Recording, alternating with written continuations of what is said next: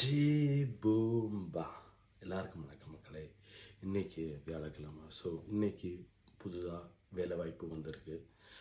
பாரிஸில் 92வது டிபார்ட்மெண்ட்டில் ஒரு சர்வர் வேலை. இது நிரந்தர கான்ட்ராக்ட். நீங்கள் ராபிட் கிச்சன் மாதிரி ஒரு குசின்.